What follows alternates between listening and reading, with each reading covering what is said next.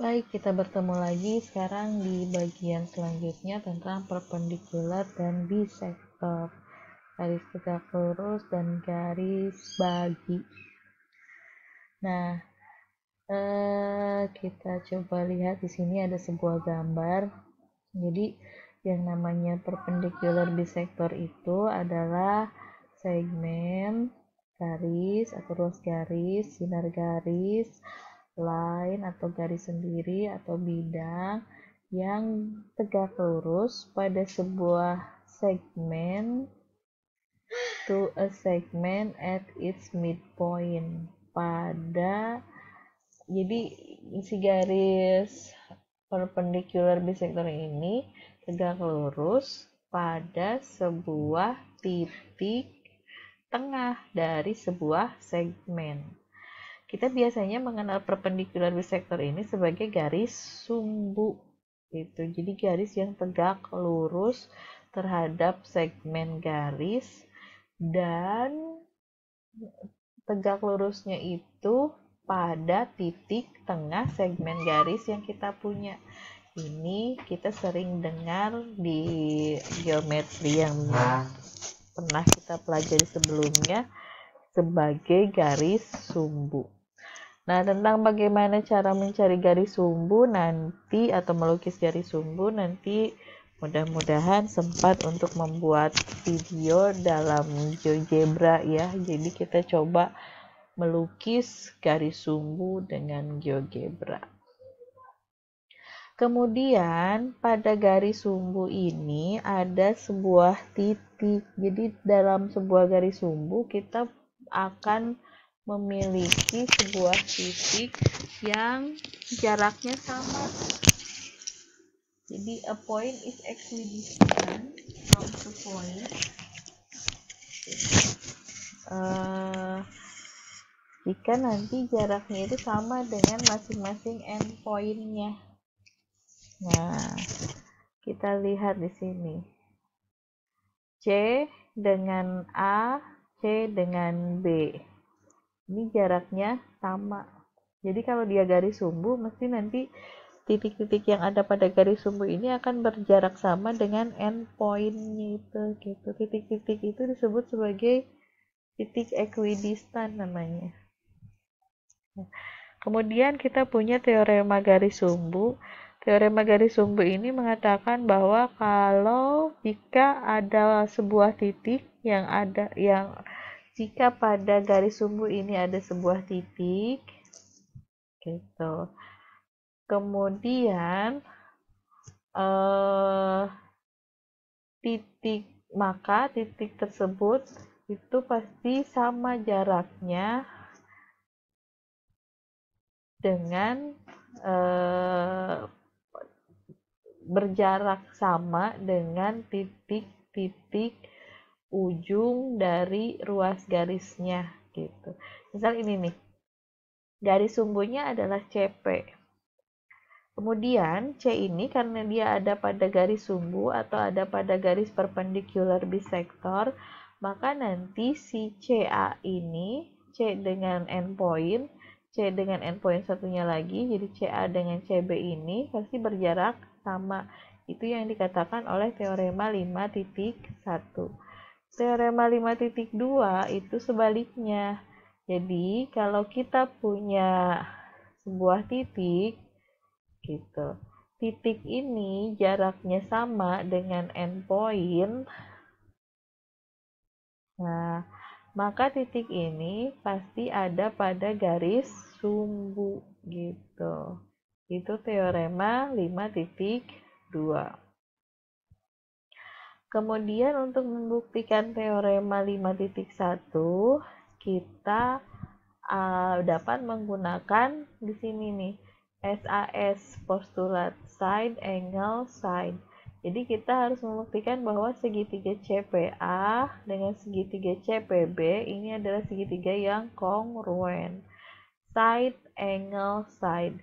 Ini kalau misal CPB, sudut CPB siku-siku, berarti sudut CPA pun siku-siku. Sisi CP itu adalah sisi yang berimpit pada segitiga CPA dan segitiga CPB. Jadi berdasarkan sisi, sudut sisi, postulat sisi, sudut sisi, maka segitiga CPA kongruen dengan segitiga CPB. Itu membuktikan 5.1. Kemudian di sini ada contoh 1, kita mau menggunakan garis sumbu. Dalam diagram ditunjukkan bahwa MN ini adalah garis sumbu dari ST. Artinya N ini midpoint. Midpoint itu berarti TN sama dengan SN. Kita disuruh yang pertama tuh mana aja nanti yang sama, segmen-segmen yang sama tadi. Karena dia garis sumbu itu tegak lurus terhadap midpoint, terhadap titik tengah. Karena N ini titik tengah, karena MN ini melalui N di TS, berarti N ini adalah titik tengah. Berarti TN nanti sama saja dengan SN. Kemudian karena M ini ada pada garis sumbu, kata teorema 5.1, bahwa kalau ada titik pada garis sumbu, maka dia akan equidistance katanya dengan endpoint-nya. Jaraknya akan sama dengan endpoint-nya. Jadi ini M dengan endpoint atau titik ujung S, M dengan titik ujung T itu akan sama.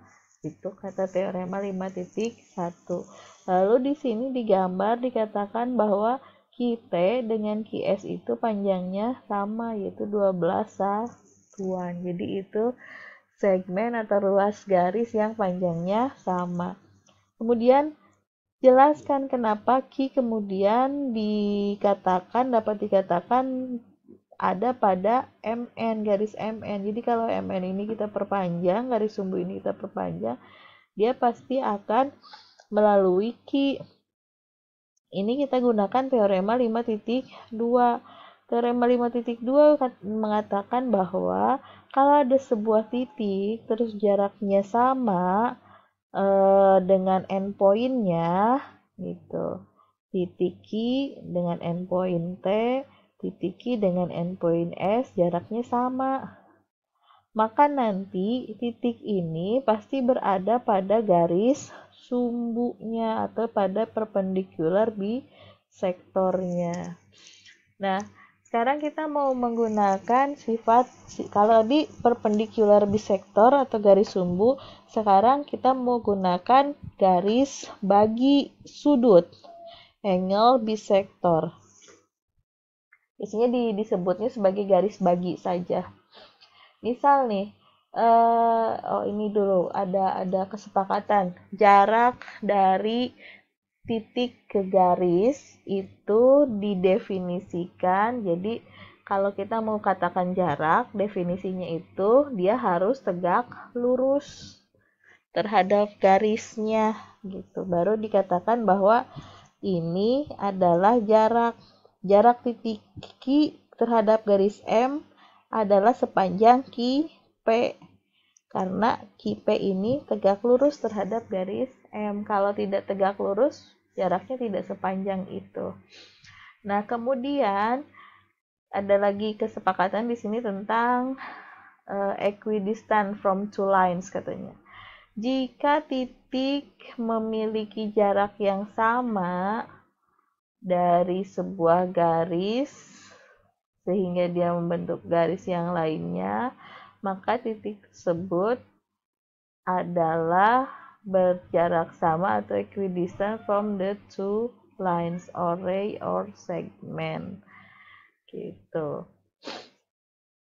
When a point is the same distance, jadi ada titik yang memiliki same distance, jarak yang sama dengan titik garis yang lainnya, maka the point is titik tersebut equidistant sama dua garis atau dua segmen. Kita lihat nanti di ininya, di contohnya.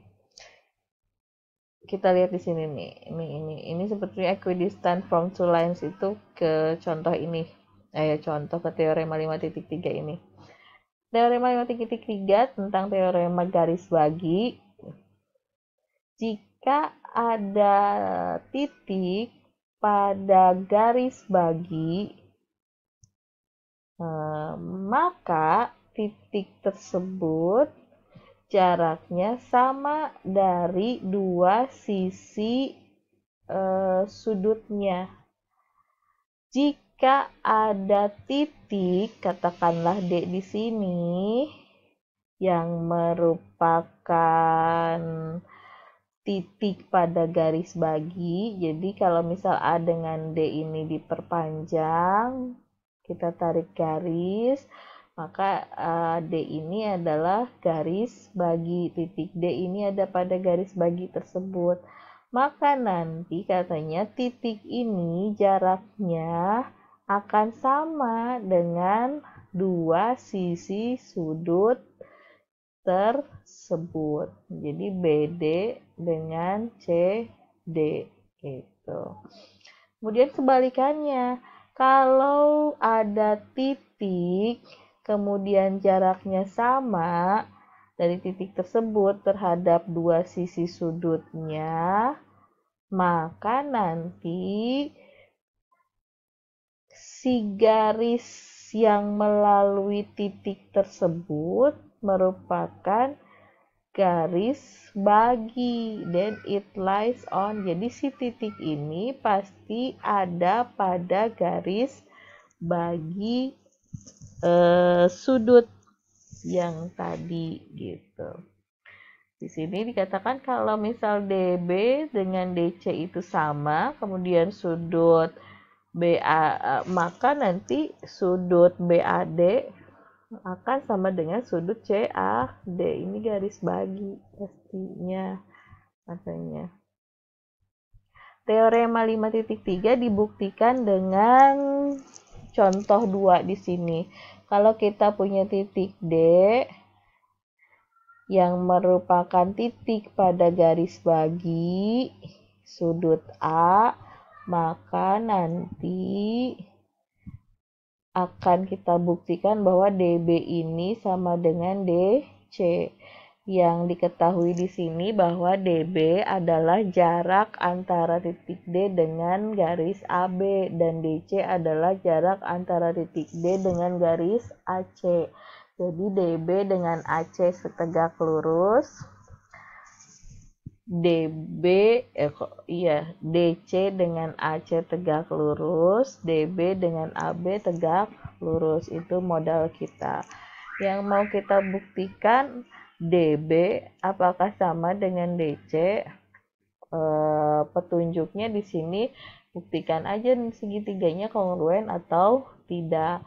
Nah, untuk membuktikan segitiga itu kongruen, kita bisa lihat ini paragraf proof dengan buktinya, bukti paragraf.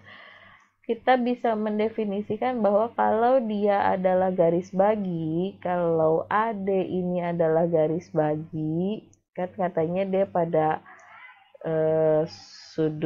pada garis bagi ya, maka nanti sudut CAD dengan sudut BAD itu besarnya sama karena ada sudut siku-siku di sini di B dan sudut siku-siku di C tadi diketahui, dan sudut ini sama karena ini adalah garis bagi, AD ini garis bagi, maka nanti berdasarkan teorema sudut sisi ini nih AD itu kan sisi yang sama untuk segitiga ADB, sisi yang berimpit ya, dan sisi segitiga ADC.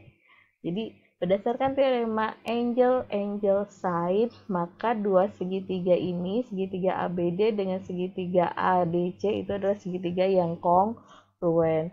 Dengan demikian si garis DB dengan garis DC ini pastilah sama karena dua segitiganya kongruen.